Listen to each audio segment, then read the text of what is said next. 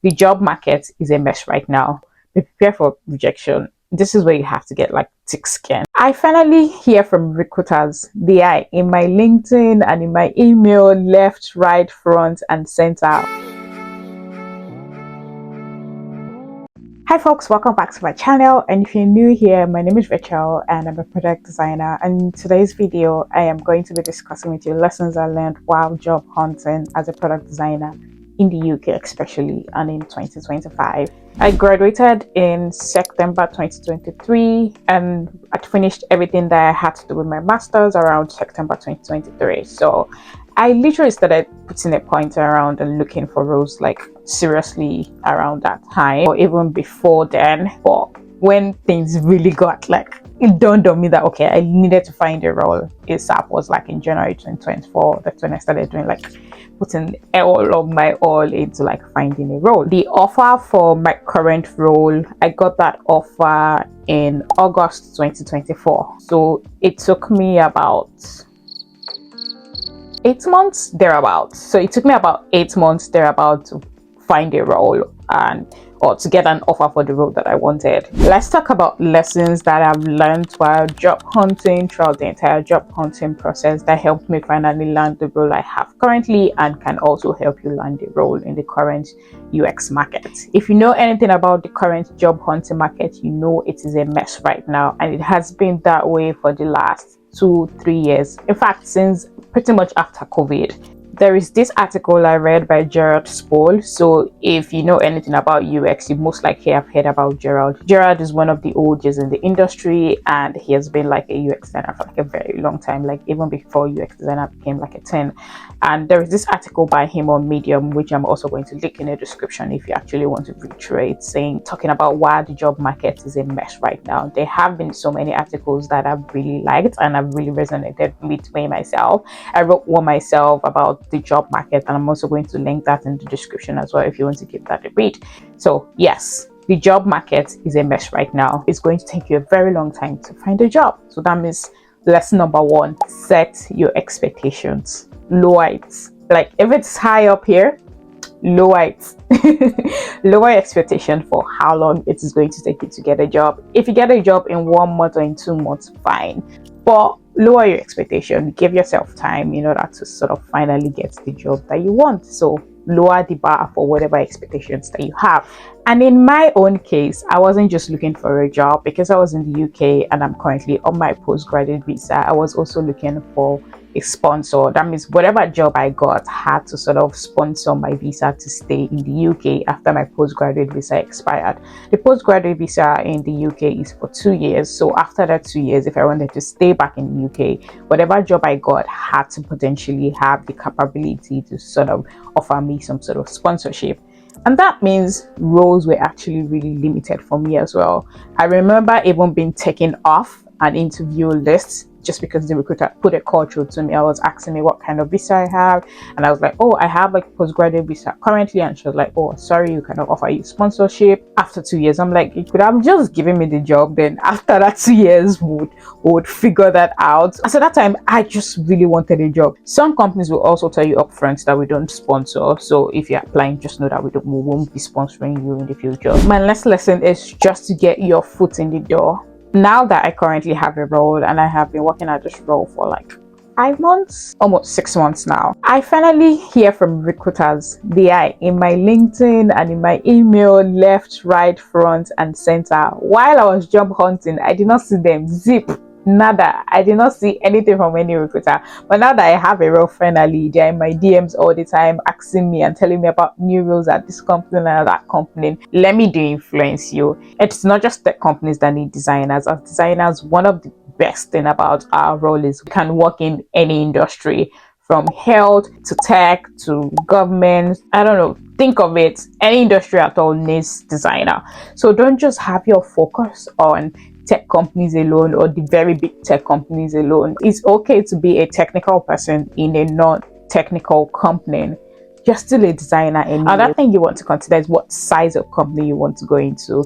There is a startup, mid-sized company, or even like very large corporation. So that could also help you to sort of strategize on who you apply to and how you sort of position yourself. My next tip would be proving your skills. It is not just enough for you to say, I am a designer, I'm a UX designer, or I'm a product designer. Can you show workings? Can you show receipts of how you are a designer? What have you done? You need to be able to show what you have done. You need to be able to show your skills. And the best way to do that is your CV and your portfolio. You need to have that together. The reason why I said I did not seriously start looking for a job until like January January was when I finally was sort of confident in like the portfolio that I had built. I built my portfolio in Framer. If you want me to do a video about my current portfolio, let me know in the comments and I'll be happy to do that. As of January was when I sort of finished it, had like all of the finishing touches onto it. So you need to have like your CV and portfolio ready. In your CV, outline all of the things you've done.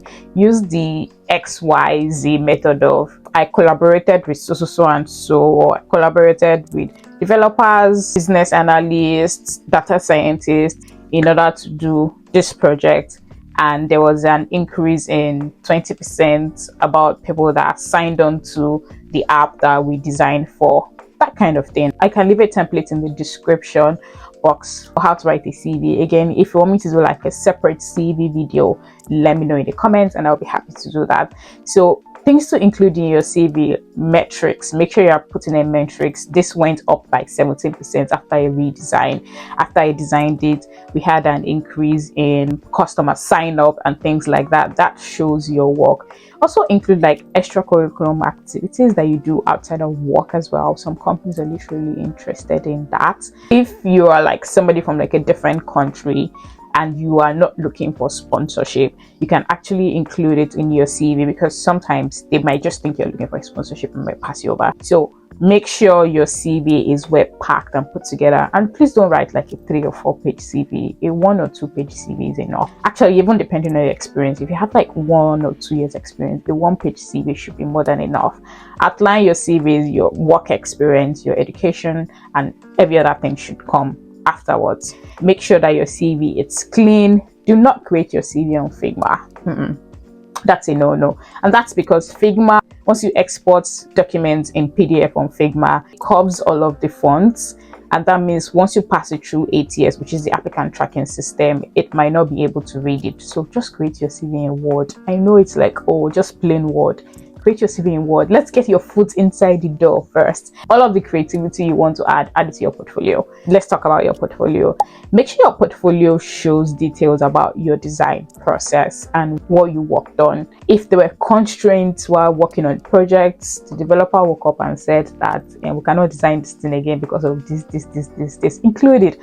Have like some sort of storytelling in your portfolio as well. While doing my portfolio, I reviewed a lot of portfolio. Again, if you want me to share like portfolios that I reviewed while doing my portfolio, let me know in the comments. I'll be happy to do that as well. But I reviewed like a lot of portfolios, just trying to get inspiration from like different portfolios. And your portfolio does not have to be like everything. I know nowadays like everyone's portfolio is like flying. There's so many animations going on. It doesn't have to be that way. Let it just be simple, easy, presentable. Navigations are easy to use, back and forth. It is easy to scan and go through everything. Show your process. What did you work on? What was the problem? Make sure you lay down context for what problem you're trying to solve. The recruiter was not there when you were designing it. It was not there when you were solving the problem, but it has to understand what was going on. Or the design manager that is going to review your portfolio has to understand what was going on. So set context. This was the scenario, this was the environment, and this was the problem, and this was how we tried to solve it, and this was the solution, and this was the metrics from after solving it, or this is how we sort of iterated during the process of solving it. We spoke to users and users said, oh, we don't like A, we prefer B, and then we then decided to do B. But after we released it, we realized that B was not going so well, so we released A again. You get, show your process of like the entire thing. Let them understand that you really know what you're doing. Lesson number 4, apply. Just apply. That is the best thing. I remember applying to any and everything at one point because I was just desperate to find a job, and I even started applying for like part-time roles as well because I was like, I need money, in order to pay like my rent. So I needed to find a job ASAP. It might not be like my dream job yet, but I needed to find a job. All right, your portfolio, your CV is ready now. You're ready to apply. Apply everywhere, not just on LinkedIn. There are so many sites that you can apply to. In fact, whenever I find jobs on LinkedIn, I would go back to the company's website and go and look for like the particular job on the company's website and then apply on the company's website. So apply, there is LinkedIn, there is Indeed, there is Well Found, Otter Jobs. Oh, Otter Jobs is now called Welcome to the Jungle, in case you don't know. There are so many UI UX job boards that you can literally apply to apart from LinkedIn. I'm also going to leave a link to job boards that you can apply to in the description box so that you can access all of those job boards. So apply to any and everywhere, and also track your applications. While job hunting, one thing that I used to track my application is called Tail. So I basically use it to track my applications, and it will sort of pull, especially if I'm applying for maybe LinkedIn or from another job site, it will pull the job description for me, and I can also like track the application process. Say I've applied, I'm interviewing, I've accepted this role, I'm negotiating. I really love that. So I could keep track of how many jobs I've applied to, which jobs I'm currently hearing back from, which job am I currently interviewing from, and things like that. So it's a really good platform. I'm going to leave a link to it in the description box if you want to check it out. I'm prepared for rejection. It is normal. I remember applying to a role, and like just 1 hour after I applied to the role, I heard back and I'm like, did you people not even read the CV at all? Like, what's going on? Is my CV not getting anywhere? So be prepared for rejection. This is where you have to get like thick skin. The next lesson is personal branding. Now, this cannot be overemphasized. You've probably heard of personal branding a lot of times, and it has now become like a buzzword. Personal branding is what perception that people have of you. And so at this point, even though you're job hunting, you don't want to also seem like too desperate that you take anything that is not actually good for you. You also want to seem like, I know what I'm doing, I'm level-headed. So personal branding is a great way to do that. At this point, connect with people on LinkedIn, share your experience on LinkedIn, like talk to people, comment under their comment section of like famous designers and things like that. They will get back to you, and not just great, this is good. No, actually read and digest whatever that person has written and give like a very sensible comment in the comment section. You see that people will even like your comments and like connect with you if you have like very sensible comments. If you're into speaking at events, that's something I did while I was job hunting. I spoke at events, I put myself out there. Anytime I went to a lot of tech events, anytime I go to tech events, I write about it on LinkedIn. So LinkedIn is a great way for you as somebody that is job hunting to also find a job, but also to build your personal branding. LinkedIn should actually be like your favorite social media platform while job hunting. It was my favorite social media platform. I didn't used to like LinkedIn, but at that period I was forced of like, okay, yes, I need to take my LinkedIn serious. In fact, I paid and I did a 20-day challenge with somebody. So LinkedIn should be your favorite platform at that point, because you're trying to connect with professional people in the industry and like other people in the industry that you hopefully one day work with. Share what you know.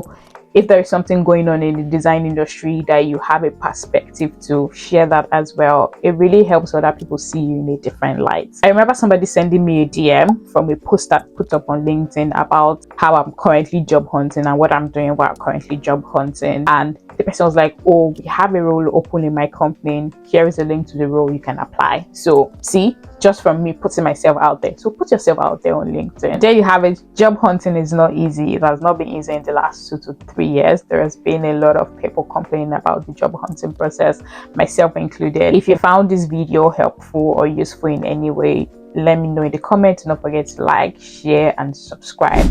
And if you're currently job hunting, you should definitely check out this video. It is about what I did while I was job hunting, how I practically stayed sane. Also, let me know what part of the job hunting process you're struggling with, and if you have a particular video you want me to do, let me know in the comment section. Thank you so much for watching this video, and I will see you in my next one. Peace.